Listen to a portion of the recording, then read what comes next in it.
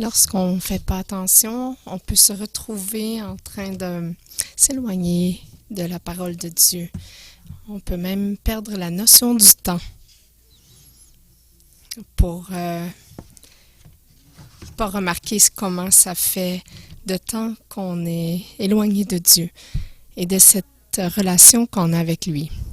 Parfois, je trouve que les jours passent, il y a tellement à faire et j'oublie mon temps de prière seul à seul avec Dieu pour être avec lui dans sa présence, expérimenter son amour.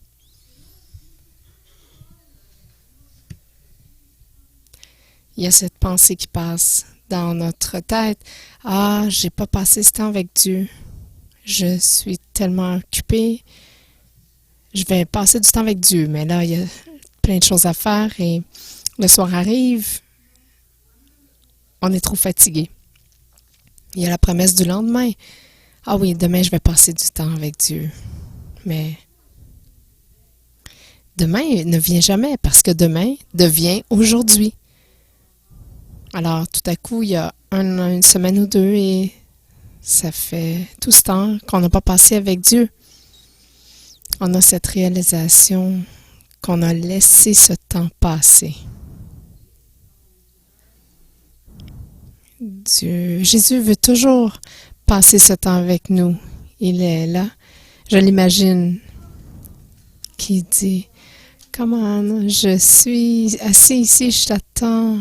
Allez, laisse ça de côté, c'est pas si important. Viens t'asseoir avec moi. » Ah, elle recommence, ça y est. Mais c'est son désir. Il désire passer du temps avec nous. Vous savez, c'est nous qui ne portons pas attention et qui négligeons, ignorons la personne qui est le salut.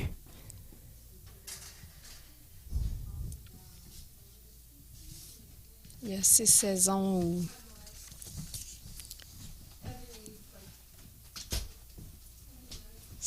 chaque soir, je suis là, dans mon lieu secret, et je veux le louer. Il y a ces saisons où ah non, j'ai manqué mon temps, mais j'ai tellement fait aujourd'hui, je suis trop fatiguée. Je vais dire, OK, demain, on va recommencer.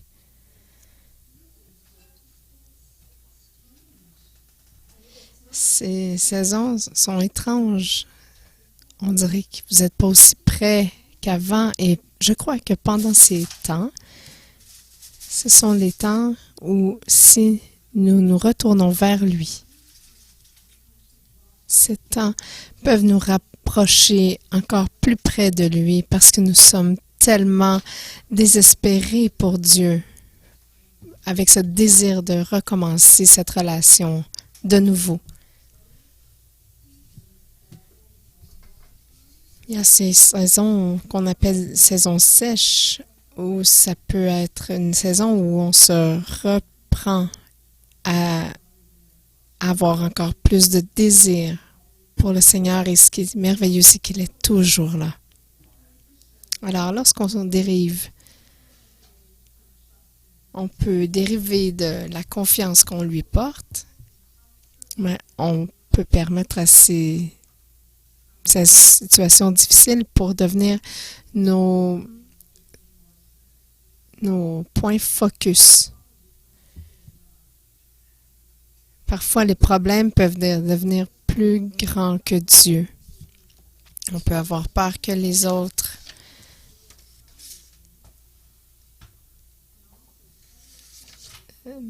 ne nous prennent pas au sérieux. Je crois que c'est pour ça que Paul nous a exhortés à porter attention. Vous savez, cette lettre aux Hébreux était écrite pour les Juifs chrétiens, pour ceux qui étaient persécutés pour leur croyance que Jésus était le Messie. Alors Paul les avertissait de ne pas dériver de la vérité à cause des peurs qui les entouraient. Est-ce que c'est pas familier, ça, à quelqu'un ici? Est-ce qu'il y a des temps où vous vous êtes senti menacé à cause de vos croyances? Est-ce que la parole de Dieu est menacée en ce temps de notre histoire? Regardons notre verset.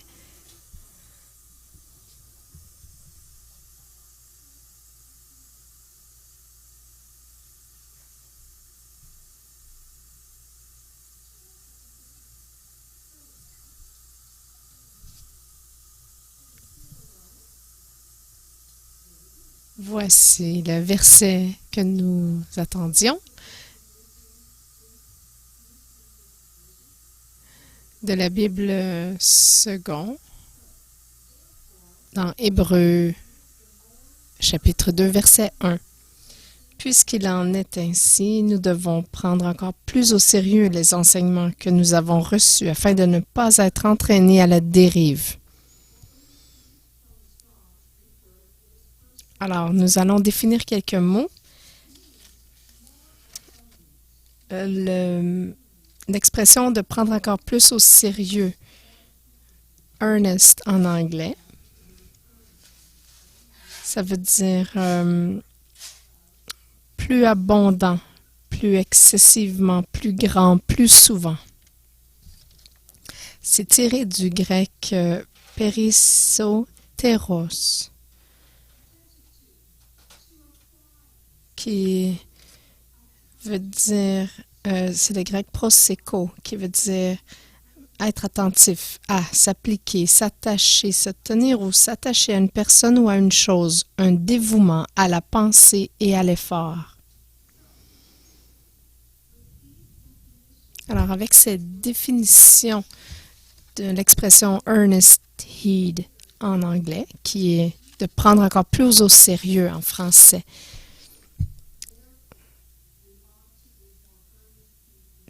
voici le verset, puisqu'il en est ainsi, nous devons prendre encore plus au sérieux les enseignements que nous avons reçus. Donc, nous devons donner une attention encore plus importante à mettre tous les efforts dans les choses que nous avons entendues. Quelles sont ces enseignements que nous avons entendus? C'est mentionné dans le premier chapitre d'Hébreux.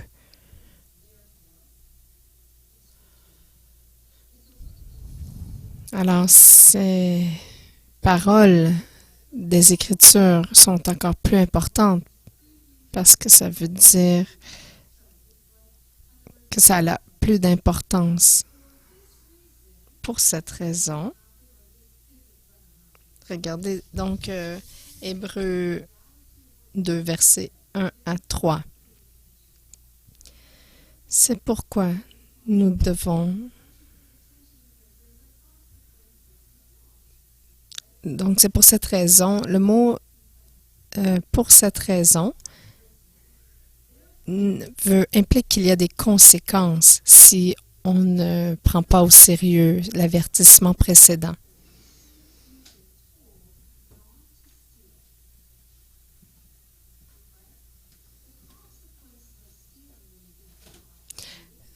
On vous a dit de ne pas voler. Les conséquences de voler sont d'aller en prison.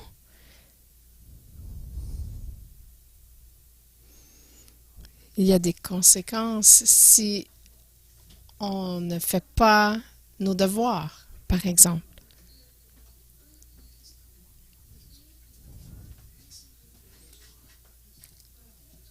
Alors, nous allons lire Hébreux 2, 1 à 3. C'est pourquoi nous devons d'autant plus nous attacher aux choses que nous avons reçues, de peur que nous ne soyons emportés loin d'elles. Car si la parole annoncée par des anges a eu son effet, et si toute transgression et toute désobéissance a reçu une juste rétribution, comment échapperons-nous en négligeant un si grand salut qui, annoncé d'abord par le Seigneur, nous a été confirmé par ceux qui l'ont entendu. Vous voyez, Paul nous confirme la parole qui a été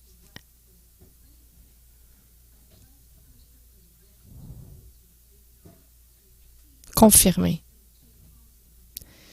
avec leurs conséquences. Alors, comment d'autant plus quelqu'un doit tenir compte des paroles de salut que Jésus lui-même a dit. C'est ce qu'ils ont entendu, qu'ils ont été enseignés. Alors, dans le chapitre 1, nous apprenons la raison de l'avertissement.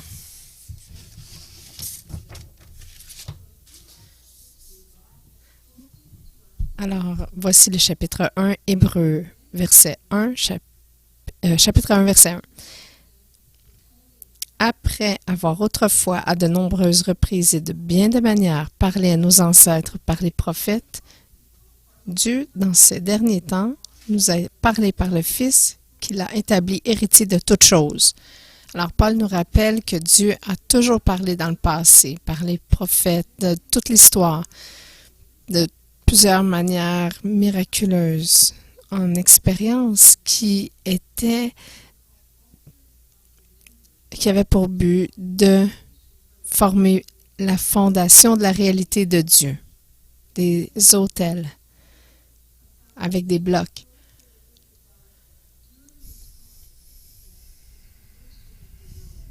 Prenons par exemple ce bloc de Lego qui serait la création du monde. Alors, on a des individus qui ont interagi avec la présence de Dieu. On a Adam et Dieu, Noé, Abraham, Jacob, etc. Ils ont rencontré la présence de Dieu.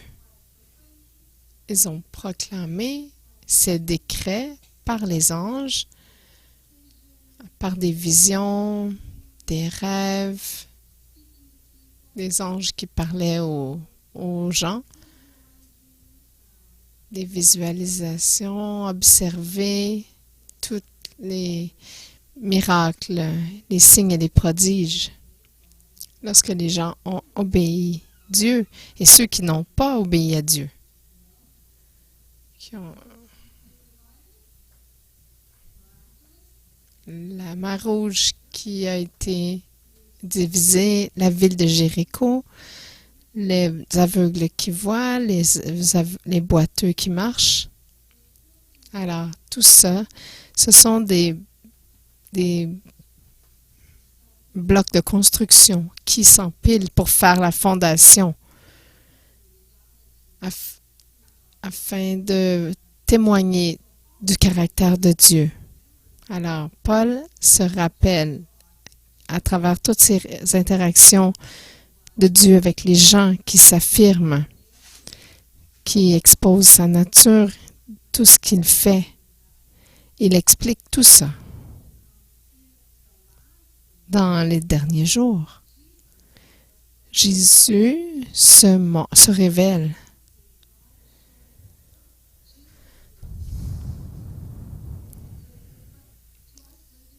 Jésus, c'est celui qui parle pour Dieu.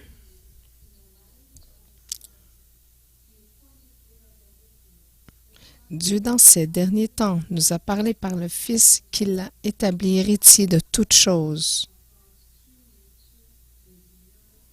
C'est l'image miroir de Dieu. Il tient l'univers dans ses mains par la parole. Il fait, regardez, donc, il a établi héritier de toutes choses, par lesquelles il a aussi créé le monde, et qui, étant le reflet de sa gloire et l'empreinte de sa personne, et soutenant toutes choses par sa parole puissante, a fait la purification des péchés et s'est assis à la droite de la majesté divine dans les lieux très hauts. Hébreux 1, versets 2 et 3. Jésus n'est pas un ange, il est l'expression exacte de la nature de Dieu. Jésus est Dieu le Fils qui règne avec Dieu le Père. Et Paul relate encore plus, un peu plus loin. Paul affirme que les anges de Dieu ne règnent pas. Ils adorent, ils le servent, ils s'agenouillent devant lui. Regardez Hébreux 1, verset 6, que tous les anges de Dieu l'adorent.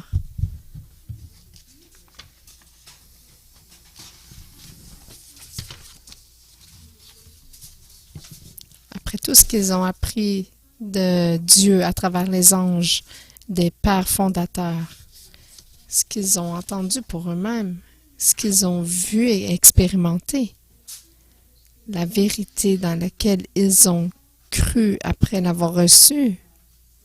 Ne faut pas négliger ce salut, il faut l'honorer, le protéger. Parce que si quelqu'un ignore la grâce de Dieu, il ne fait pas attention au salut, il n'y a qu'une voie, c'est le jugement. C'est Dieu qui parle et qui donne ce grand salut par l'expression de son amour à travers le Christ Jésus, son Fils, et la puissance que donne l'Esprit Saint. Il dit, mais aussi, regardez Hébreux 2, verset 4, Dieu appuyant leur témoignage par des signes, des prodiges et divers miracles, et par les dons du Saint-Esprit, distribués selon sa volonté. Voyez, Jésus est l'expression totale du salut. Jésus a montré comment le salut, c'est grand. Jésus en a parlé. Il a parlé du royaume de Dieu. Il disait souvent, dans la maison de mon Père, c'est telle image du royaume. Jésus a mis au défi les gens, leur façon de vivre, il a changé leur statu quo, spécialement lorsque il parlait de celui qui était juste. Il a démontré par les actions de tous les ministères du salut, le ministère du pardon, le ministère de guérison. Il a enseigné et il a montré.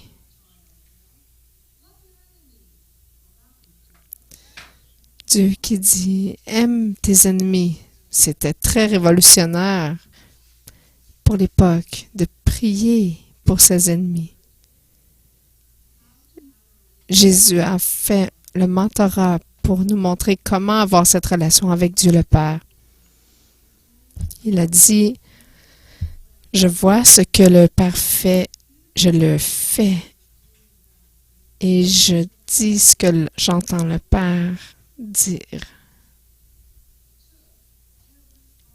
Il prenait chaque opportunité pour prendre autorité sur la nature de l'ennemi.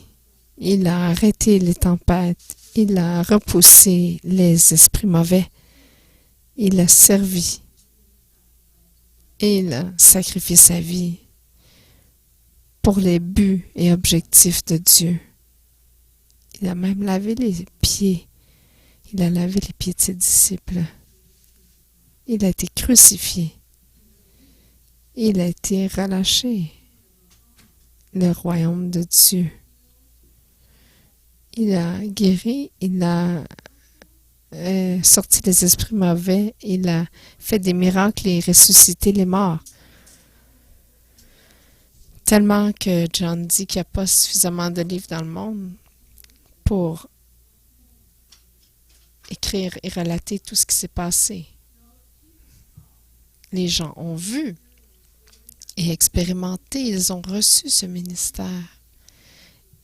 Ils ont donné témoignage et partagé leur témoignage.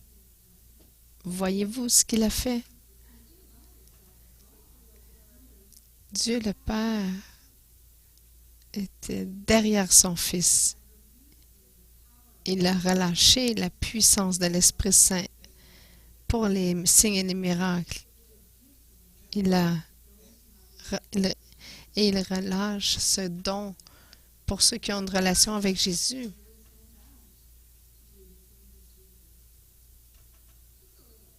Ils ont été envoyés pour avoir une relation avec Jésus.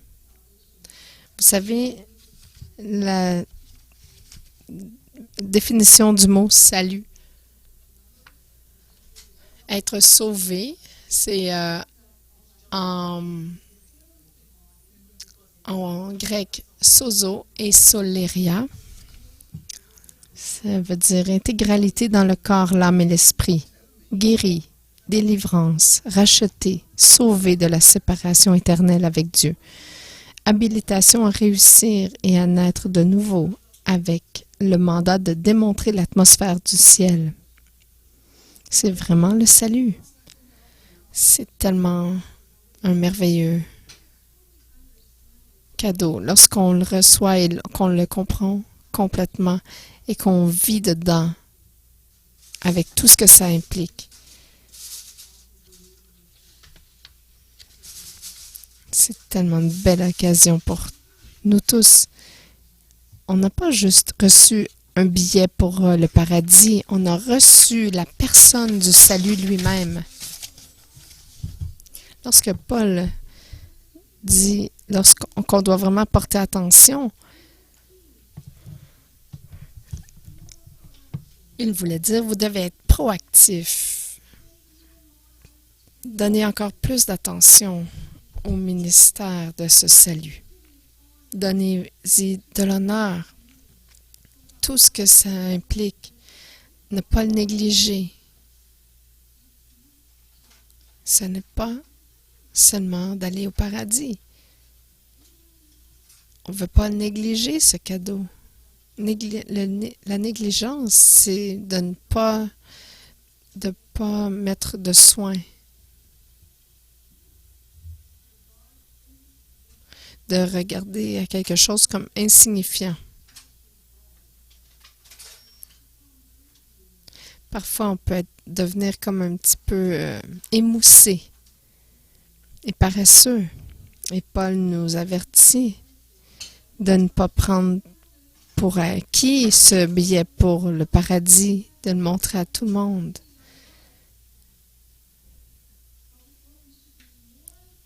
On devrait être plus préoccupé par, en fait, aussi occupé par comment Dieu bouge maintenant. Il est en mouvement continuellement, mais qu'est-ce qu'il fait maintenant? Vous savez, Jésus est actuellement encore en train de faire le ministère au ciel. Et Hébreux 8 dit que Dieu est le même hier, aujourd'hui et pour toujours. Alors nous devrions toujours bouger avec lui. Aller dans l'autobus avec lui, être ses pieds, ses mains, sa bouche, amener d'autres dans l'autobus avec nous. Nous allons tous à la même destination. En tant qu'héritiers de Dieu, nous avons la possibilité de vivre ce que ce salut signifie réellement. Lorsqu'on est unis avec Jésus, nous sommes avec lui et c'est grâce à lui qu'on est capable de faire tout ça. Regardez Romains 8, verset 17. Si nous sommes enfants, nous sommes aussi héritiers, héritiers de Dieu et co-héritiers de Christ. Si toutefois nous souffrons avec lui, afin d'être glorifiés avec lui.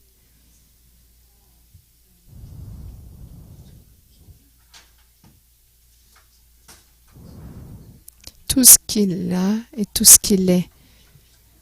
Alors nous devons exercer notre foi pour expérimenter les bénéfices complets et exprimer le royaume du salut ici, maintenant, sur terre. Pas besoin de guérir des gens au ciel. Il n'y a pas de maladie au paradis. On n'aura pas besoin de confronter des gens au paradis. Il n'y aura pas de regret. Alors, vous voyez, ce salut, c'est pas seulement pour nous plus tard, c'est pour bénéficier les gens autour de nous maintenant. Alors, quels sont ces bénéfices du salut? Lorsqu'on les reçoit, nous allons les activer dans notre vie. Alors, ces avantages du salut sont, le premier, être libre de tout esclavage, libre des chaînes, libre d'aimer, prospérer. Nous avons le droit de faire ça.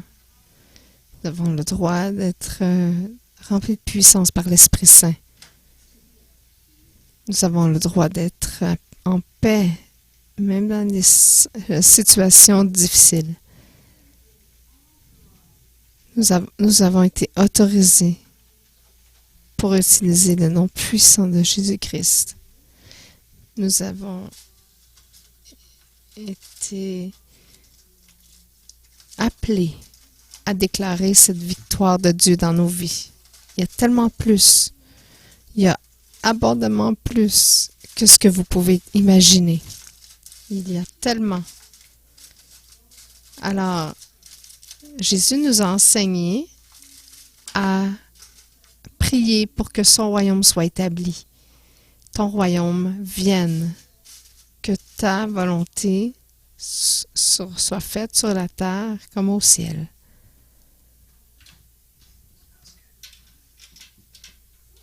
Alors, comme ambassadeurs, nous devons être engagés pour amener cette culture du paradis ici sur terre. Avez-vous remarqué que je n'ai pas dit vous devriez être engagés? En fait, ce n'est pas une option. Si c'est une option, nous devons prendre l'avertissement de Paul sérieusement.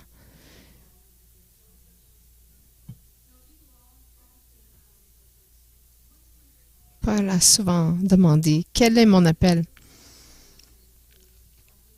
Regardez, si vous vous posez la question, commencez à Romains 8, 29 ou 29, 8, que Dieu nous veut conformes à l'image de son Fils Jésus-Christ. Nous allons avoir des opportunités qui se présenteront à nous pour imiter Jésus partout où nous irons, mais nous devons être engagés dans le processus d'être transformés à son image, parce que nous sommes appelés à l'imiter, à suivre l'exemple de Jésus dans son ministère du salut. Je ne peux pas dire, je vais prier pour vous à propos du salut.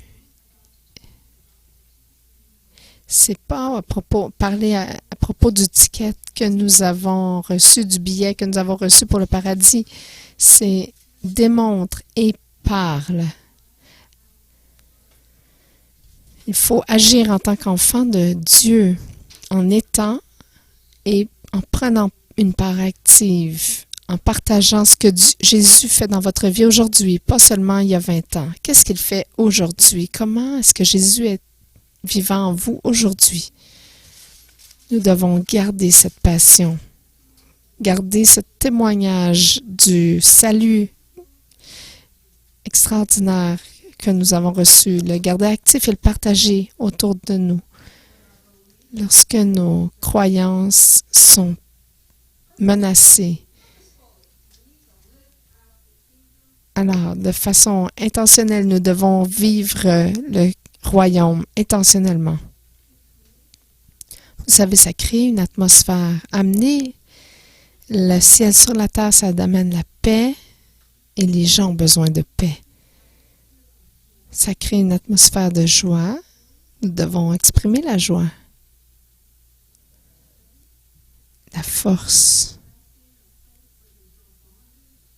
Il n'y a pas de chaîne, il n'y a pas de dépendance.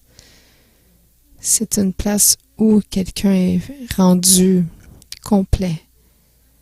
Oui, un endroit où il n'y a pas de stress, de jalousie, une atmosphère de restauration, où nous pouvons pardonner l'un aux autres. Et là où nous avons seulement une dette, qui est la dette de l'amour. Il n'y a pas aucune dette. Regardez Romains 13, verset 8. Ne devez rien à personne si ce n'est de vous aimer les uns les autres. Alors faites juste y penser un peu. Quelle sphère d'influence chaque chrétien aurait s'il vivait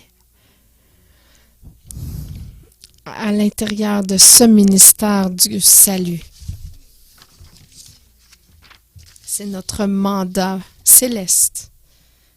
Regardez, peut-être qu'il aurait l'air de ceci, notre mandat céleste.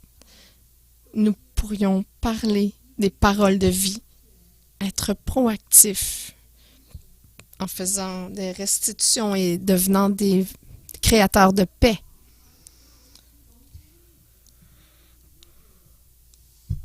Nous ne serons pas rébutés par les gens qui ne croient pas la même chose que nous. Nous allons toujours dire la vérité dans une manière non confrontationnelle, avec respect et honneur pour l'autre. Nous partageons notre témoignage. Jésus parlait toujours de ce que le Père faisait. Alors, nous prierons pour les gens, pour la paix et les stratégies. Nous allons prier pour les miracles, les guérisons, les signes et les prodiges, pour que les gens puissent être libérés des tourments, de la honte, de la culpabilité, de la condamnation, en exprimant l'amour du Père. Et exprimer l'amour du Père.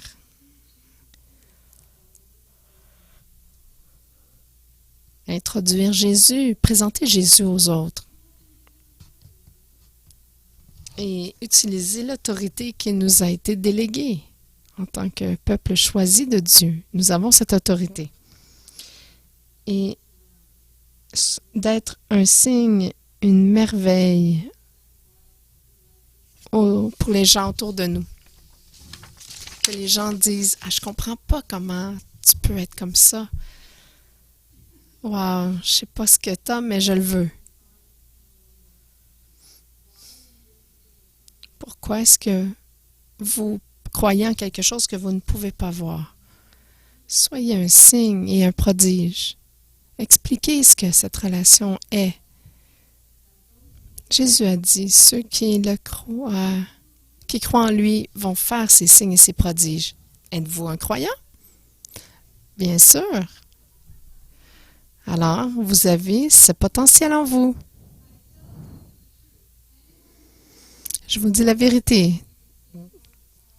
Regardez Jean 14, verset 12. Je vous le dis, celui qui croit en moi fera aussi les œuvres que je fais. Il en fera de plus grandes parce que je m'en vais au Père.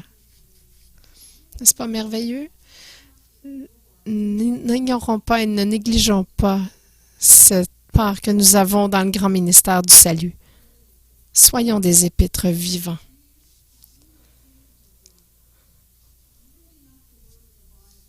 Ces épîtres vivants que nous avons été créés pour être. Comme dimanche prochain, je vais parler à propos d'être des relâcheurs du royaume et de vivre sous l'influence du ciel. Aujourd'hui, cette semaine, je vous lance un défi. Demandez à Dieu de vous envoyer cette semaine quelqu'un à qui il veut que vous libériez le royaume des cieux. Nous devons garder nos yeux ouverts pour savoir qui il nous amène et lui demander sa puissance, sa sagesse, son amour pour que nous soyons ses mains, ses pieds et sa bouche dans cette situation. J'aimerais prier, si vous voulez vous lever, j'aimerais prier pour vous. Levons-nous tous.